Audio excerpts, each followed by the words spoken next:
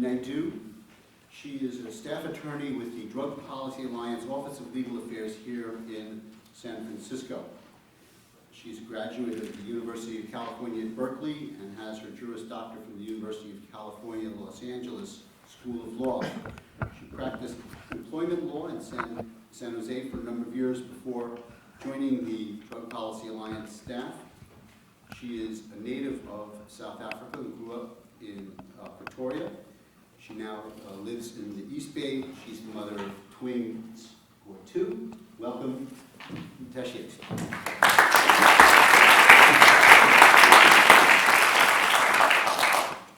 Well, hello everyone. Can you hear me okay in the back? So I'll just jump right in. Prop 19, if enacted, would make California the first state in the nation to broadly decriminalize personal possession and cultivation of marijuana, but it also allows regulating marijuana, any kind of commercial marijuana-related activities. According to the California Legislative Analyst's Office, Prop 19, if enacted, would have some major fiscal impacts for the state of California. And these would include saving tens of millions of dollars in law enforcement and correctional costs, but also generating hundreds of millions of dollars in additional tax revenue. So what will be the impact of Prop 19 on the state and local level? Definitive answers are hard to come by at this stage. And I imagine that there are going to be a lot of details that are going to be ironed out by the court system in the years to come. So my goal today is not so much to provide you with a whole host of answers, and this is how Prop 19 is really going to unfold itself once it's enacted, but rather to open a dialogue and raise some questions that I'm hoping will help guide the discussion, especially in the medical marijuana context. We'd like to learn some lessons. The medical marijuana implementation can be very instructive in terms of how Prop 19 issues would work itself out. As was discussed in the earlier panel, the Prop 19 has two very distinctive parts. One part is it amends state criminal laws to allow personal possession and cultivation. That provision will take effect statewide. There are lots of implications for law enforcement and correctional issues, prison overcrowding, directing valuable public resources to fighting maybe serious and violent offenses rather than targeting low-level marijuana offenses. So there's some definite impacts from that provision. But the more complicated and intricate provision or part of Prop 19 involves the regulating of the commercial activities relating to marijuana. That particular part has huge implications for many areas of the law. I mean, in fact, the entire Prop 19 has many implications. Of course, regulating marijuana and commercial activities raises a whole host of additional and different types of issues than just simply decriminalizing marijuana. So I'm going to just jump right into the various issues that are implicated, and I will try to draw from the medical marijuana context, but my co-panelist, Joe Elford, is going to be addressing some specific medical marijuana implementation issues, and hopefully we could draw some lessons from that context.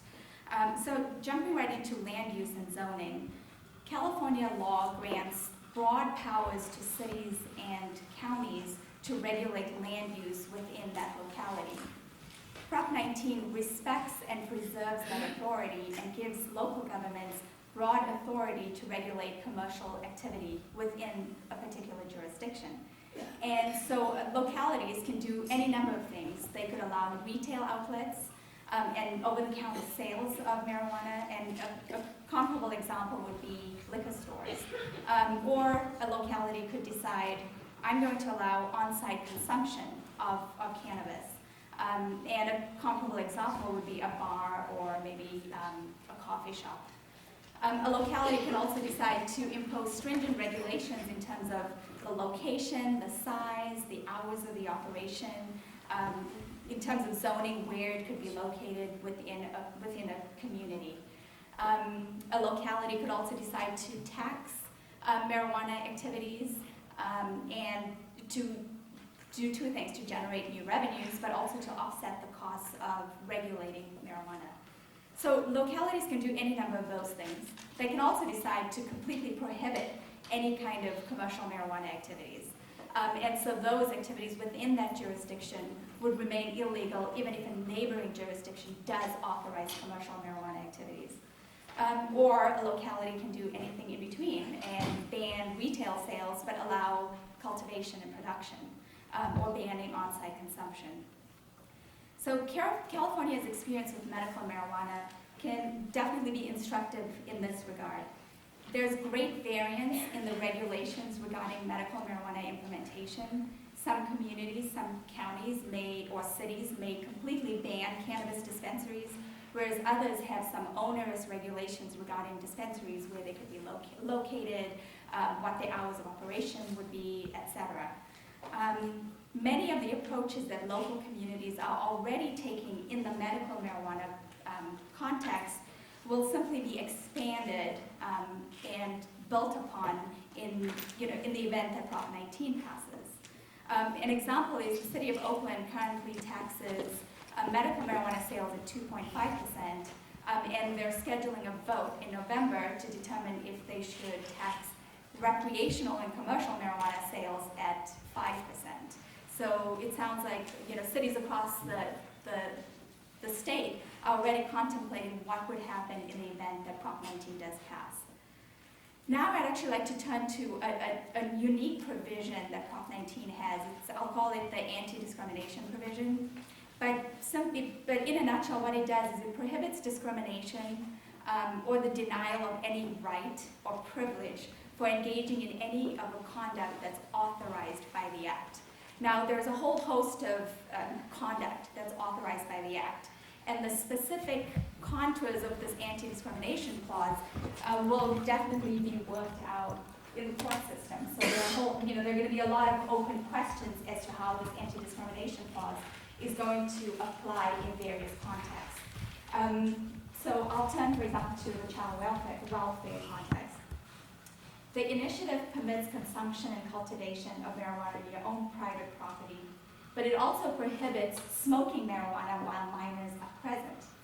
So this would raise questions like, what happens if a minor is on the back porch, but a parent is smoking marijuana in the residence? Or if the minor is in the house and the minor is out on the back porch? Can consumption and cultivation of marijuana be used as the purpose of determining jurisdiction in the juvenile dependency context? Joe Elford will probably discuss some of the issues in medical marijuana.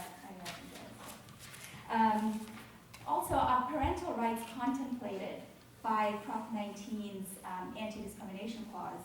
And if so, what impact would this have on family law proceedings? There are lots of questions that arise in this context. I'm hoping that the medical marijuana implementation issues would help provide some answers.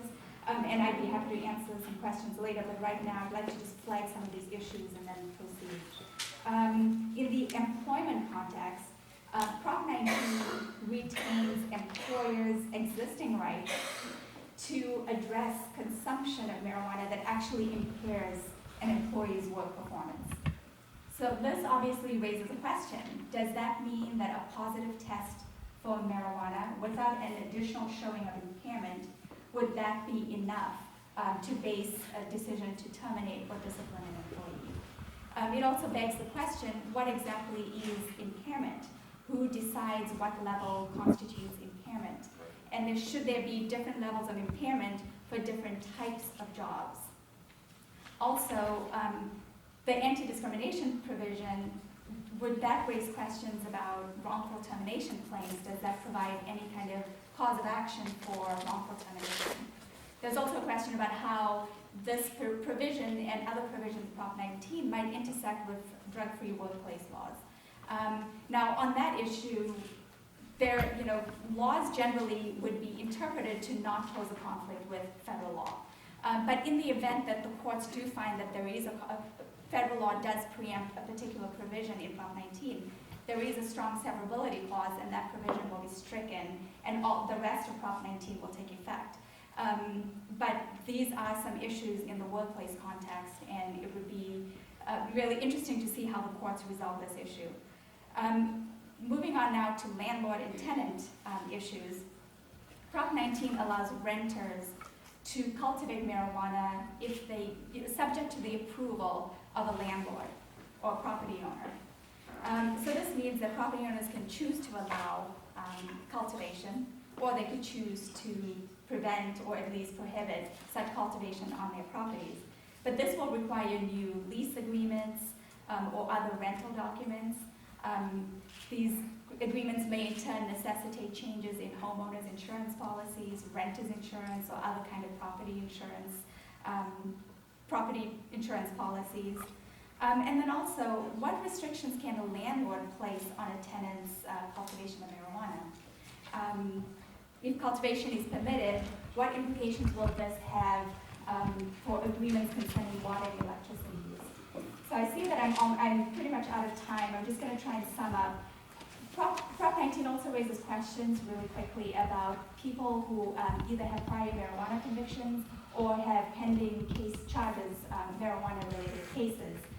Will convictions be set aside or expunged? What will happen to people currently facing marijuana-related charges? And what impact would these changes that Prop 19 makes have on some of the collateral consequences of criminal convictions in terms of eligibility for financial aid, federal housing, public benefits, etc. So to sum up, Prop 19 will have ripple effects across a whole host of areas and pose some unique new legal issues. However, these issues are not insurmountable, and the lessons from medical marijuana will certainly be instructive, even though they won't be dispositive in this context.